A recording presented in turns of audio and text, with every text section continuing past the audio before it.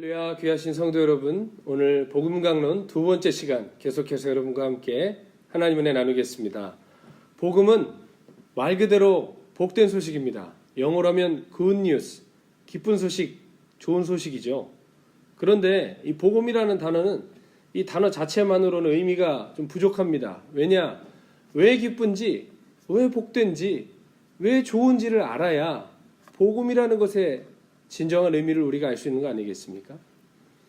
저녁에 집에 들어가는데 어제 주문한 택배가 와 있으면 그것도 되게 기분 좋은 일입니다. 들어가기 원하는 대학에 합격 통지서를 받아도 우리는 기쁘죠. 원하는 직장에 취직이 됐다는 소식을 들어도 기쁩니다. 내가 좋아하는 사람이 있는데 그 사람이 날 또 좋아한대요. 더할 나위 없이 기쁜 소식이죠. 그런데 이것저것 다 기쁜 소식이라면 우리가 알고 있는 복음도 그저 우리의 삶의 그냥 일부분의 기쁜 소식에 불과할까요? 여러분, 이 복음의 진정한 의미를 알려면 성경이 이 복음에 대해서 무엇이라고 말하는지 우리가 알아야 합니다. 마가복음 1장 15절에 보면 이르시되 때가 찼고 하나님의 나라가 가까이 왔으니 회개하고 복음을 믿으라 하시더라 말씀하셨습니다.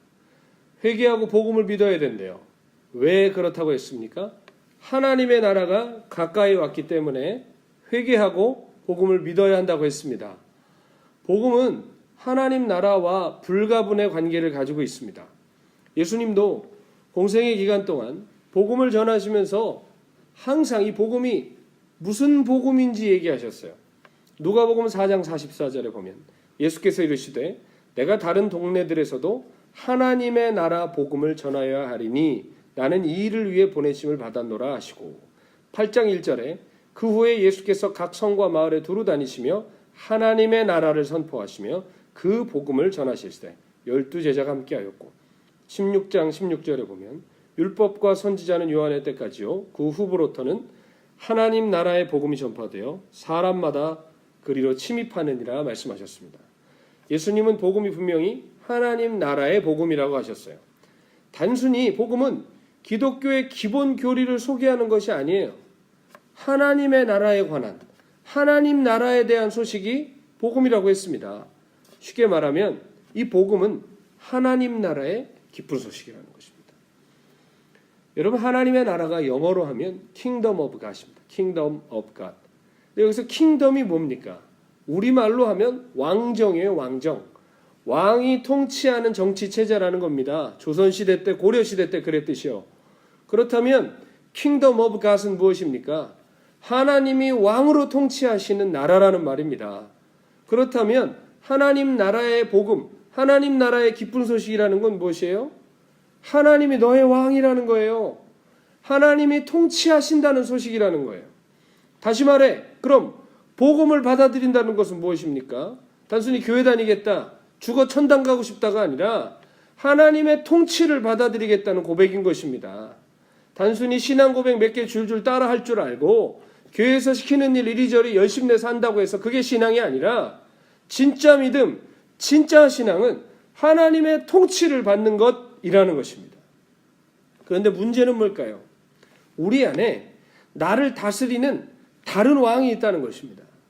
예수님이 이 땅에 초림하셨을 때 동방 박사가 유대인의 왕을 상징하는 이 별을 보고 예루살렘으로 왔습니다. 그래서 헤롯 왕한테 가서 묻죠. 유대인의 왕이 났는데 어디 계시냐고요. 헤롯은 당황했습니다. 자기가 유대의 왕인데 유대의 왕이 났다고 하니까 헤롯이 크게 당황합니다. 그리고 능청스럽게 동방 박사를 속인 후에 어떻게 하죠? 2살 이하의 어린아이들을 죽이기 시작합니다. 왜일까요?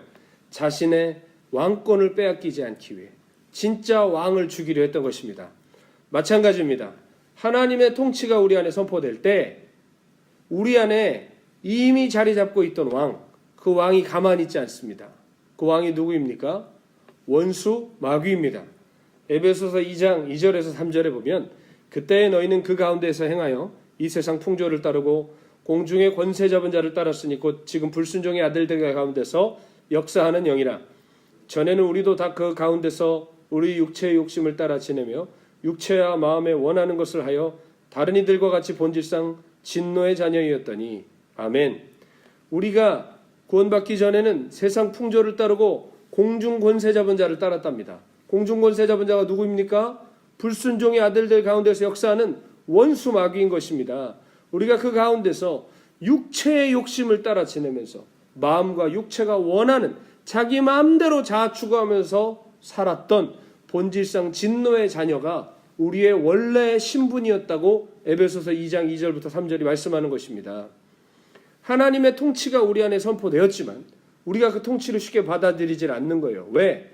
우리 안에 공중권세 잡은 자, 원수 마귀가 왕노릇하기 때문입니다. 또한 우리의 자아는 원수 마귀의 종노릇하기를 기뻐하고 마음과 육체가 원하는 대로 살아가는 것입니다.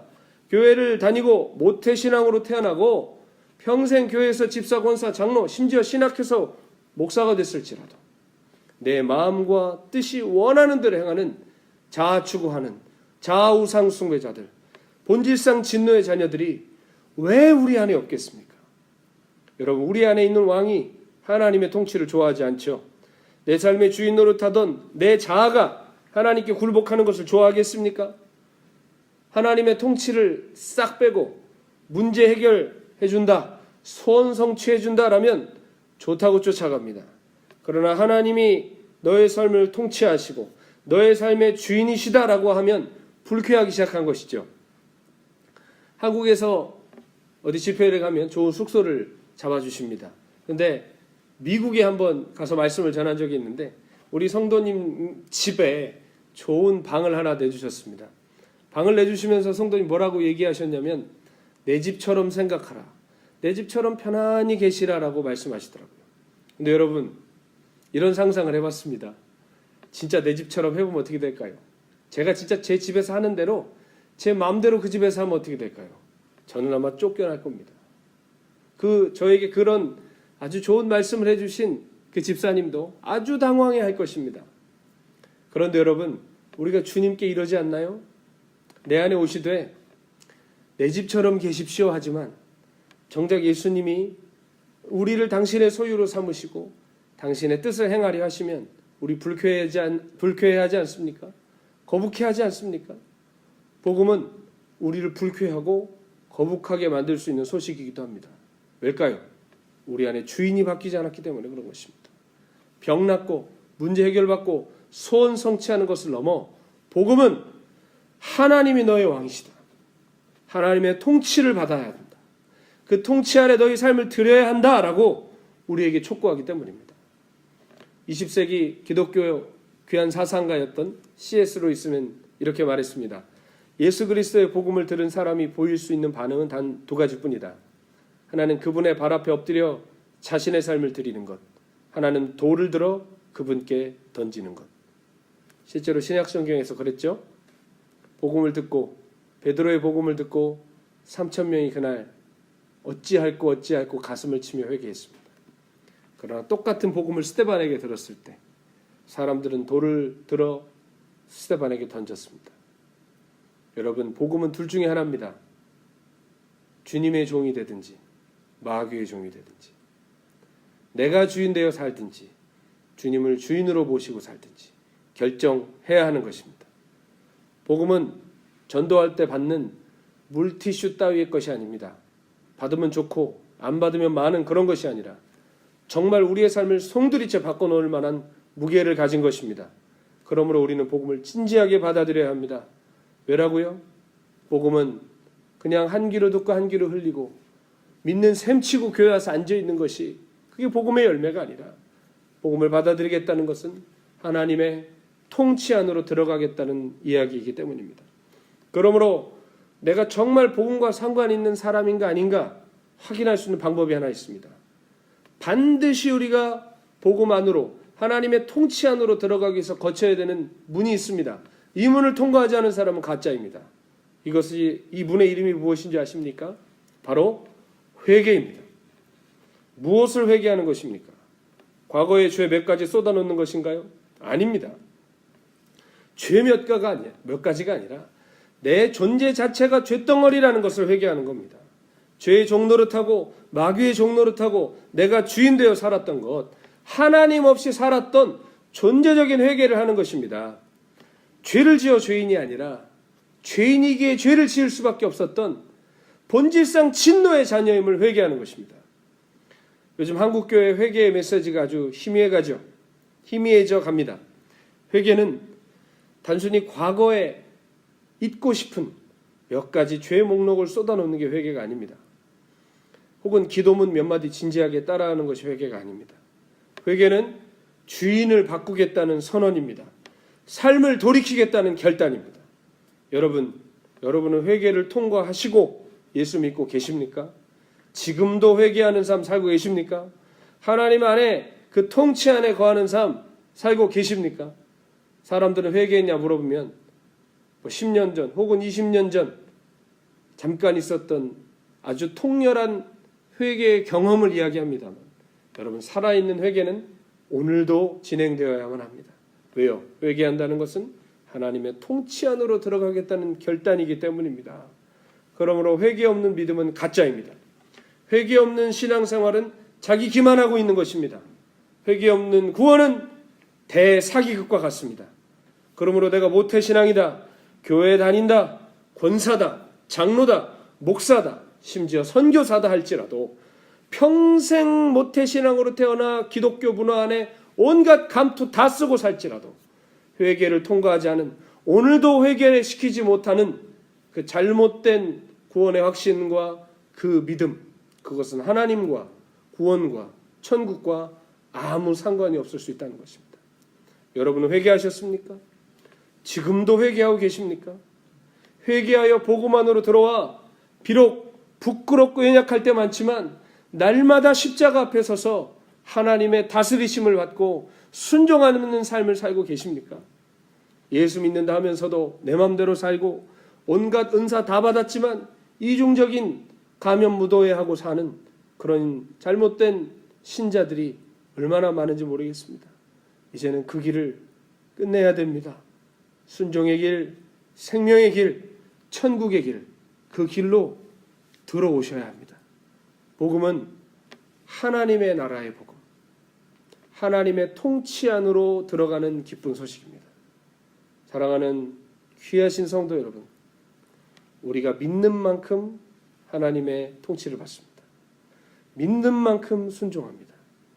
순종으로 나타나는 크기만큼이 믿음의 크기입니다.